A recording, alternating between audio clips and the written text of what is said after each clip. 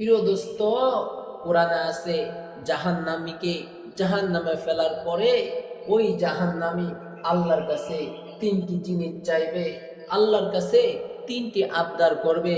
কিন্তু কাল কিয়ামতের ময়দানে ওই তিনটি আবদার পূরণ করা হবে না। ওই তিনটি কথা তার মুখের উপরেই মেরে দেওয়া হবে, তিনটি কথা গ্রহণযোগ্য হবে না। ও প্রিয় দোস্ত, যখন জাহান্নামীর হিসাব নিকাশ হয়ে যাবে, জাহান্নামীকে জাহান্নামে ফেলা হবে, জাহান্নামী যখন আযাব ভোগ করতে থাকবে, তখন আল্লাহর কাছে বলবে, আল্লাহ, ও আল্লাহ, আপনি আমাকে হয়তো একেবারে মৃত্যু দিয়ে দেন, একেবারে মৃত্যু দিয়ে দেন। আল্লাহ আল্লাহ আর আযাব সহ্য হয় না। আল্লাহ পাক রব্বুল আলামিন তখন বলবেন, লা ইউকদা আলাইহি ফায়ামুতু, এরে জাহান্নামী, এখানে কোনো মৃত্যু হবে না, এখানে শুধু আযাব ভোগ করো। 2 নম্বরে আল্লাহর কাছে বলবে, আল্লাহ, একটু আযাব কমায় দেন না, আল্লাহ আল্লাহ একটু সময় দেন না, আল্লাহ হয়তো 2-3 দিন পুরানোর পরে 1 ঘন্টা টাইম দেন, আল্লাহ একটু বিশ্রাম নেওয়ার জন্য, একটু আশ্রয় নেওয়ার জন্য। ওগো আল্লাহ, আর আযাব সহ্য হয় না। আল্লাহ পাক রব্বুল আলামিন বলবেন, ওয়ালা ইউখাফফাফু মিন আযাবিহা, না রে বান্দা, এখানে আযাব কম হবে না, এখানে শাস্তি কম হবে না, তোমার শাস্তি তোমার পাইতে হবে।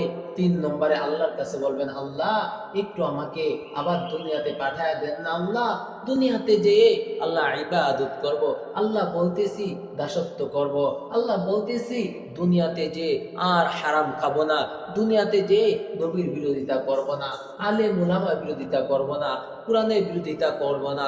ওগো আল্লাহ, আপনার হুকুম আহকাম, আপনার নবীর সুন্নাত আল্লাহ মেনে নিব, আল্লাহ ওগো আল্লাহ একটু সময় দাও। আল্লাহ পাক রব্বুল আলামিন বলবেন, কাল্লা, নারে নাফরমান, তোকে সময় দেওয়া হবে না।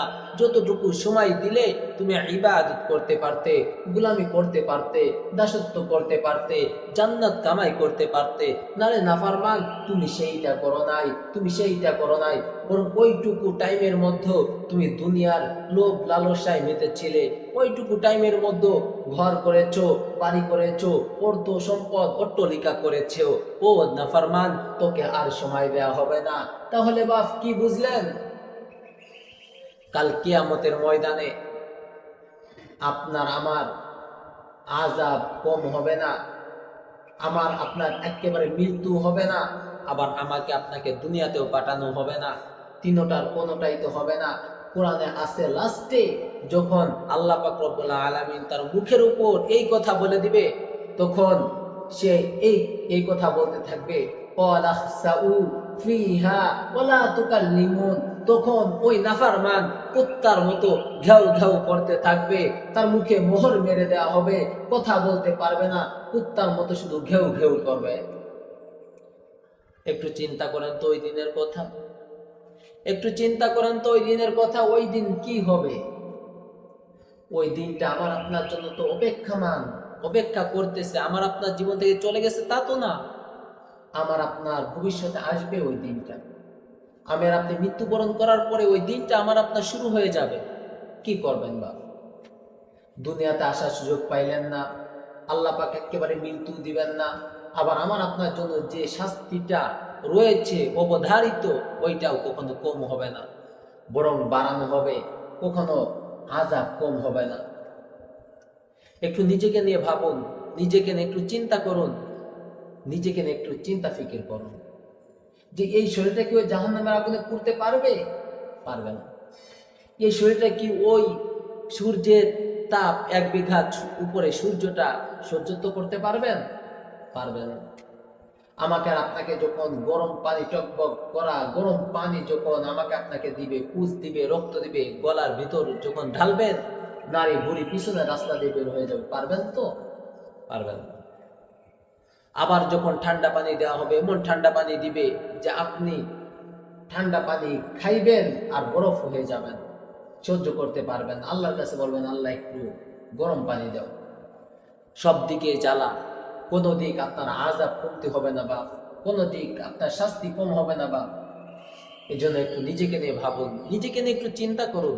কতই তো অন্যকে নিয়ে ভাবলেন, কতই তো দোকানে সমালোচনা করলেন, কতই তো হুজুরদের বিরোধিতা করলেন, কতই তো নিজের ভাই, নিজের ছেলে, নিজের মেয়ে, নিজের বোন অন্যের বোন, মানে এক কথায় এভরিথিং। আপনি কত মানুষকে নিয়ে তো জীবনে সমালোচনা করলেন, নিজেকে কখনো নিয়ে সমালোচনা করেছেন? করেন নাই। অন্য মানুষকে নিয়ে তো কতই ভেবেছেন, নিজেকে নিয়ে কি কখনো ভেবেছেন? ভাবেন নাই। তো আজকে থেকে নিজেকে নিয়ে ভাবুন। অন্যের দিকে নখ দিতে গেলে নিজের দিকে 4টা নখ থেকে যায়। তাই আগে 4টা নখকে বেশি প্রাধান্য দেন, নিজেকে নিয়ে আগে প্রাধান্য দেন, নিজেকে আগে সংশোধন করেন। অন্যথায় আপনার কপালে সুখ আসবে না, আপনার কপালে দুঃখ যাবেও না। সুখও আসবে না, দুঃখও যাবে না। মাঝপন্থায় থেকে আপনি ডিফ্লেশনে আপনি আত্মহারা হয়ে যাবেন, নিজেকে পাগল বানিয়ে ফেলবেন, নিজেকে অচেতন বানিয়ে ফেলবেন। এই জন্য বাপ, দুনিয়া কোনো স্থায়ী, দুনিয়াতে যত রং তামাশায় করবেন দুনিয়া তত আপনাকে গিলে খাবে, কখনো দুনিয়া ধরতে পারবেন না। এই জন্য দুনিয়া ছেড়ে আখিরাত কামাই করুন, আখিরাত ছেড়ে দুনিয়া কামাই করার কোনো দরকার নেই। আপনি যদি আখিরাত পেয়ে যান তো দুনিয়াতেও আপনি কামিয়াবি, আখিরাতেও আপনি কামিয়াবি।